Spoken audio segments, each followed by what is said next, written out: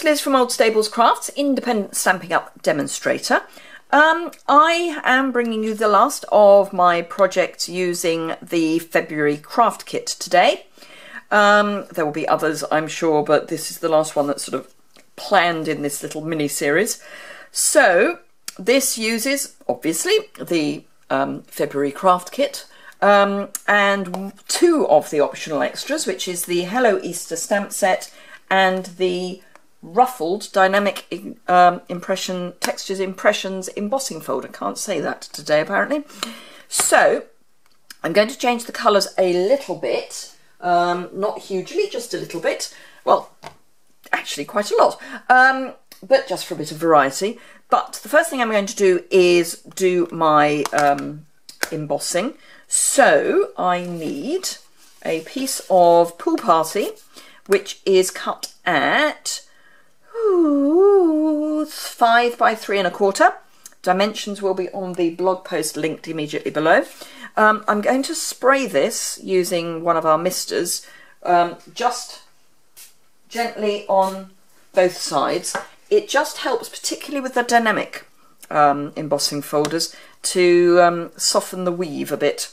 Otherwise it can be a wee bit difficult to get a good impression without actually ripping, that's the word I'm looking for, without actually ripping the paper. So I'm going to run this through the Big Shot using just the basic platform and one acrylic plate. No thin die adapter and only one acrylic plate. This is so thick that you don't need the extra layers. So just run that through.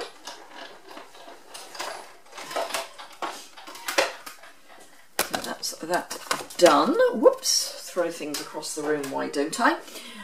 So that is that done. And because we've softened the fibres with the just one spritz of water, it's done a really nice deep impression.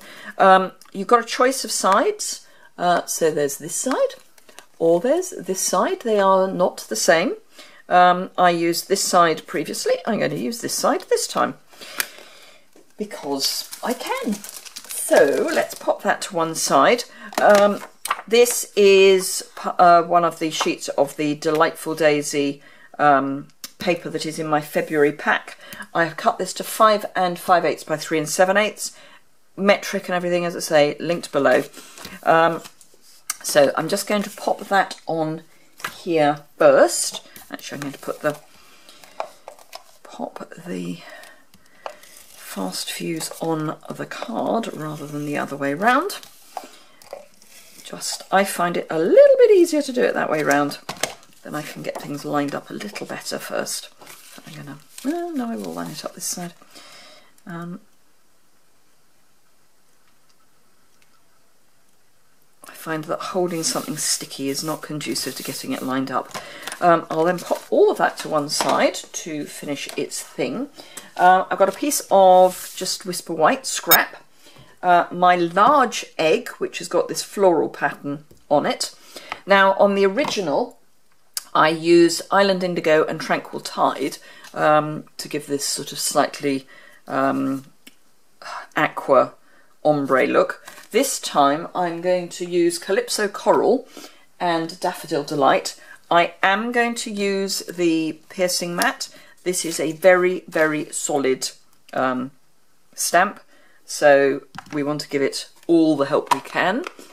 So even though I've got a padded work surface, for this stamp I am not taking any chances.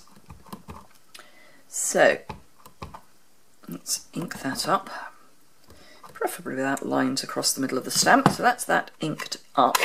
And then before I stamp that, I'm going to take my Calypso Coral ink pad and a sponge dauber, and just make sure you can see. Yes, you can. And I'm just going to pick up some Calypso Coral ink from one corner of the ink pad. I'm not going all over because I will be putting a bit of Daffodil Delight ink onto the pad, and I'd rather limit that to just one corner. It's not a problem because Daffodil Delight is a lighter colour than the Calypso Coral, but it's just better to not do it all over. If you are worried, you could always use a re-inker. Just pop some re-inker onto a piece of window sheet and then pick it up with your sponge dauber from that. That would work too. Okay, so that's that done. Get rid of that for the moment. I will want that back. So I don't know if you can see that. Possibly. So I'm just going to give it a huff and then press it down, and because it's clear I can see when everything has stamped, and there we go. So that's that. Now before I cut it out, I'm going to bring in one of the little floral images. Now please be aware, these flowers do not fit into this stamp, nor do any of the leaves. They are similar to but not the same as, so don't try and don't stress out about them not fitting. It's not you, it's the stamp set. So I'm just picking up the Calypso Coral and stamping and then stamping off just to fill in that space, because it is a very white space otherwise. So don't need that anymore, so let's get it out of the way. All I'm going to do is whiz round the outside of this. It's a very easy stamp to cut out. It's not really fussy cutting, it's just cutting. All I would say is make sure you've got a good pair of scissors, which our snips are. Do not use your snips for cutting foil or anything rough.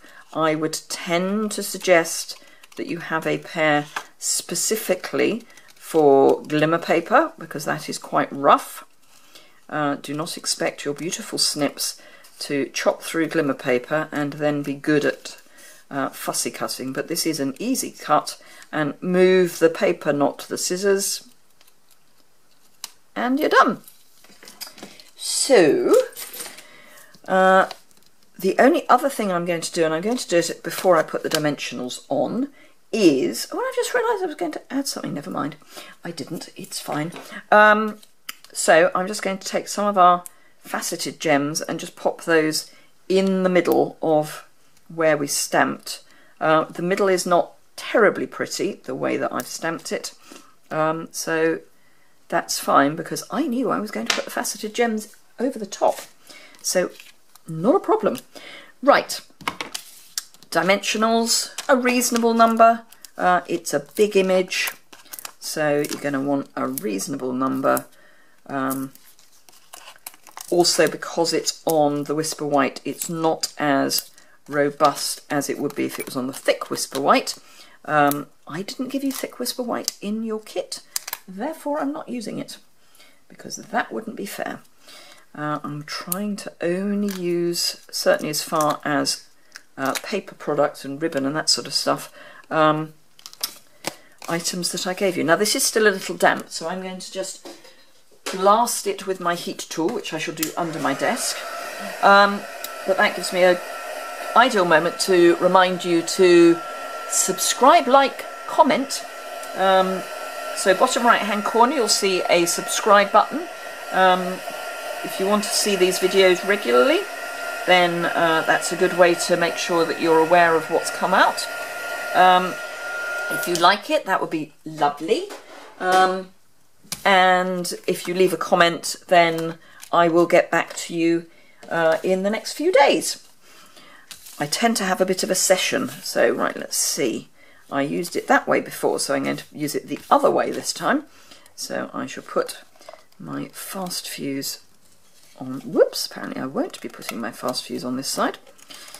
There we go. Do be careful that you don't flatten your embossing too much when you do this. You may want to use the Tombow adhesive instead, which just make sure you get a good coverage so that you know you've got some of the adhesive actually got this in a bit of a mess. I think it's running out. In fact, I've got it in such a mess, it's annoying the bejeebers out of me. Come along. There we go. Right. So yes, the Tombow might be the better way to go, but just make sure you get it well covered, because you want to make sure you catch bits that are actually going to stick, as opposed to the bits that are up.